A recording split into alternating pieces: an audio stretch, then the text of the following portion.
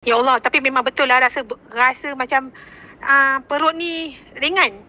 Lepas tu Erin macam rasa tenaga tu lain macam. Kak, nanti lepas raya Erin nak repeat balik. Thank you Kak. Thank you so much. Kakak tahu tak Erin punya berak. Sorry cakap berak pula.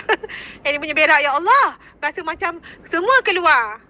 Aduh, rasa macam badan Erin macam tiba-tiba tu ringan. Rasa macam cerdas. Nak jalan tu macam cerdas. Ini tinggal berapa paket lagi ni. Nanti Erin tengok. Belum ni makan apa-apa pun. Tak pernah turun. Tapi tak tahulah sama ada antara 2 sebab Erin puasa.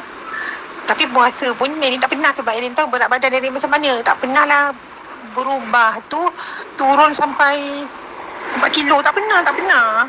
Cuma tu lah kalau Erin membuang tu memang warna berak tu lain. Perut rasa ringan, perut ringan.